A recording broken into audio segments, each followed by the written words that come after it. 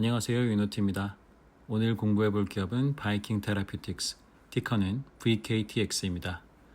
바이킹은 비만 치료제 시장에서 자주 언급되는 임상 단계 바이오텍입니다. 아직 제품을 팔아서 매출을 내는 회사는 아니지만 VK2735라는 비만 치료제 후보 물질 때문에 시장에 관심을 받고 있습니다. 오늘은 바이킹이 어떤 회사인지, 핵심 파이프라인은 무엇인지, 경쟁사와 비교했을 때 어떤 포인트가 있는지, 그리고 재무와 리스크까지 차분히 정리해 보겠습니다. 첫 번째로 회사 소개입니다. 바이킹 테라퓨틱스는 대사질환과 내분비 질환 치료제를 개발하는 미국 바이오텍입니다. 쉽게 말하면 비만, 지방간, 희귀 대사질환 같은 분야에서 신약 후보를 개발하는 회사입니다. 지금 시장이 가장 크게 보는 건 비만 치료제입니다. 노보노디스크의 위고비, 일라일릴리의 젯바운드가 이미 큰 시장을 만들었고 투자자들은 그 다음 후보가 누가 될 수 있을지를 보고 있습니다. 그 후보 중 하나가 바로 바이킹 테라퓨틱스입니다. 다음으로 파이프라인입니다. 바이킹의 핵심 파이프라인은 VK2735입니다. VK2735는 GLP-1과 GIP를 동시에 자극하는 듀얼 작용제입니다. 쉽게 말하면 일라일릴리의 젯바운드와 비슷한 계열의 비만 치료제 후보라고 볼 수 있습니다. VK2735는 두 가지 형태로 개발되고 있는데요. 하나는 주사용이고 또 하나는 먹는 약입니다. 먼저 주사용 VK2735는 이미 페이즈 3, 즉 3상 단계에 들어가 있습니다. 뱅퀴쉬 1은 비만 또는 과체중 환자를 대상으로 하고 뱅퀴쉬 2는 비만 또는 과체중이면서 제2형 당뇨가 있는 환자를 대상으로 합니다. 두 연구 모두 등록은 완료된 상태이고 다만 중요한 건 3상 최종 결과가 바로 나오는 상황은 아니라는 점입니다. 회사는 뱅퀴쉬 연구 완료를 2027년으로 보고 있습니다. 그래서 가까운 이벤트로는 2026년 3분기에 나올 예정인 유지요법 데이터가 중요해 보입니다. 비만 치료제는 체중을 빼는 것도 중요하지만 뺀 체중을 얼마나 오래 유지할 수 있느냐도 굉장히 중요합니다. 다음으로 경구용 VK2735도 있습니다.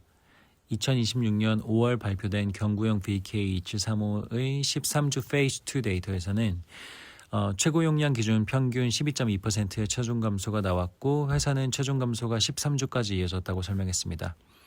회사는 경구용 VK2735의 페이즈 3 시작을 2026년 4분기로 기대하고 있습니다. 이외에도 VK3019라는 초기 파이프라인이 있습니다. VK3019는 아밀린과 칼시토닌 수용체를 겨냥한 후보물질로 비만 치료제 포트폴리오를 넓히려는 시도로 볼 수 있습니다. 아직은 페이즈 1 초기 단계라서 당장 기업 가치를 크게 좌우한다기보다는 미래 옵션에 가까운 자산으로 보는 게 맞아 보입니다. 추가로 상업화와 M&A 가능성도 시장이 보는 포인트입니다. VKTX가 독자적으로 판매명을 만들 수도 있고 대형 제약사와 파트너십을 맺을 수도 있습니다. 데이터가 충분히 좋다면 인수 대상으로 거론될 가능성도 있습니다. 다만 회사가 공식적으로 매각이나 인수를 발표한 것은 아닙니다. M&A는 어디까지나 시나리오이고 결국 임상 데이터가 좋아야 현실적인 선택지가 넓어진다고 보는 게 맞습니다. 다음으로 경쟁사와 약효 비교입니다. 비만 치료제 시장의 기준점은 현재 일라일릴리와 노보노디스크입니다. 릴리의 티어제파타이드는 72주 페이즈 3 연구에서 최대 22.5% 체중 감소를 보였고 노보노디스크의 세미글루타이드는 주요 스텝 연구에서 장기 체중 감소 효과를 입증했습니다. VK2735 주사형은 13주 페이즈 2 데이터에서 최대 14.7% 체중 감소를 보였습니다. 숫자 보면 상당히 강해 보입니다. 특히 13주라는 짧은 기간에 나온 수치고 회사는 아직 체중 감소가 플래토, 즉 정체 구간에 도달하지 않았다고 설명했습니다. 하지만 여기서 조심해야 합니다. 릴리와 노보의 데이터는 장기 페이즈 3 데이터이고 바이킹의 핵심 데이터는 아직 13주 페이즈 2 데이터입니다. 임상 기간도 다르고 환자군도 다르고 연구 설계도 다릅니다. 그래서 단순히 숫자만 놓고 바이킹이 더 좋다라고 말하기는 어렵습니다. 진짜 검증은 78주로 설계된 뱅퀴쉬 페이즈 3에서 이루어져야 합니다. 여기서 장기 체중 감소가 유지되는지, 플래토가 언제 오는지, 부작용과 중단율이 경쟁력이 있는지가 확인되어야 합니다. 이어서 재무 건전성입니다. 바이킹은 아직 매출이 없는 임상 단계 회사입니다. 그래서 일반 기업처럼 매출 성장률보다 중요한 건 현금입니다. 임상을 끝까지 끌고 갈 돈이 있느냐가 핵심입니다.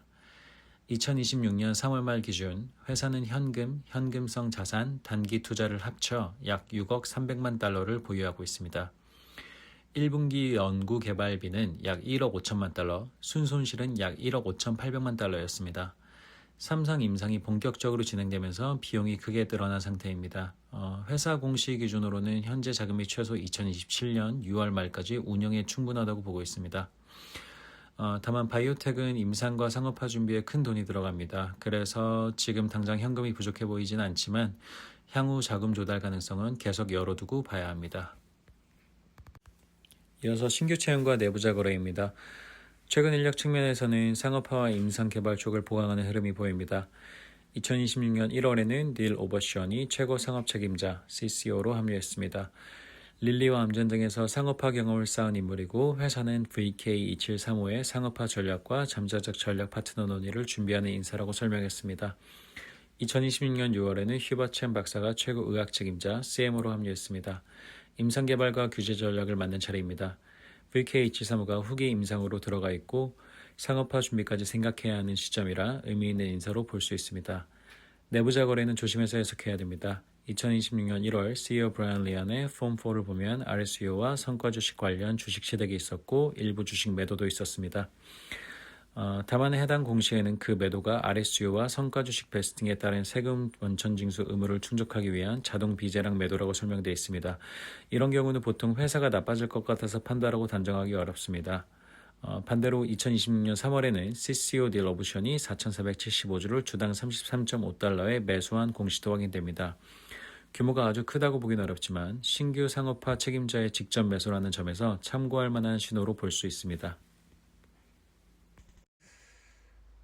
다음으로 리스크입니다. 첫 번째 리스크는 삼상 리스크입니다. 이상 데이터가 좋아도 삼상에서 같은 결과가 나온다는 보장은 없습니다. 특히 비만 치료제는 장기 효능, 중단율, 위장관 부작용, 안정성이 모두 중요합니다. 두 번째는 경쟁입니다. 릴리와 노보는 이미 시장을 장악하고 있습니다. 생산 능력, 보험 적용, 의사 네트워크, 브랜드 파워를 모두 갖고 있습니다. 바이킹이 후발주자로 의미를 가지려면 효능, 편의성, 내약성 중 하나 이상에서 분명한 차별성이 필요합니다. 세 번째는 자금 조달 리스크입니다. 현재 현금은 있지만 페이즈 3과 상업화 준비에는 큰 비용이 들어갑니다. 주가가 좋을 때 회사가 선제적으로 자금 조달할 가능성도 완전히 배제할 수는 없습니다. 네 번째는 기대감 과열입니다. 비만 치료제 시장은 워낙 큰 테마이기 때문에 주가가 실제 데이터보다 기대를 먼저 반영할 수 있습니다. 좋은 뉴스가 나와도 이미 가격에 반영되어 있다면 주가 반응이 약할 수 있습니다. 마지막으로 바이킹은 아직 매출이 없는 임상 단계 바이오텍이지만 VK2735라는 강력한 비만 치료제 후보를 가지고 있습니다. 주사형은 페이즈 3에 들어가 있고 경구형도 페이즈 3 진입을 앞두고 있습니다. 13주 데이터만 보면 효능은 인상적입니다. 하지만 진짜 승부는 장기 페이즈 3 데이터에서 결정될 가능성이 큽니다. 제가 보는 핵심 체크 포인트는 세 가지입니다. 첫째, VK2735가 삼상에서 이상의 강한 체중 감소 효과를 장기적으로 재현할 수 있는지. 둘째, 부작용과 중단율이 경쟁력이 있는 수준인지. 셋째, 회사가 충분한 현금으로 임상과 상업화 준비를 이어갈 수 있는지입니다. 결국 바이킹은 단기적으로 뉴스와 기대감을 흔들릴 수 있지만 중기적으로는 임상 데이터가 모든 것을 결정할 가능성이 큰 종목입니다. 저는 이 회사를 무조건 좋다, 나쁘다로 보기보다 앞으로 나올 유지요법 데이터와 삼상 결과가 지금의 기대감을 실제로 뒷받침하는지를 체크해 보려고 합니다. 본 영상은 투자 권유가 아닌 개인적인 공부와 기록입니다. 오늘 영상은 여기까지입니다. 유노트였습니다. 감사합니다.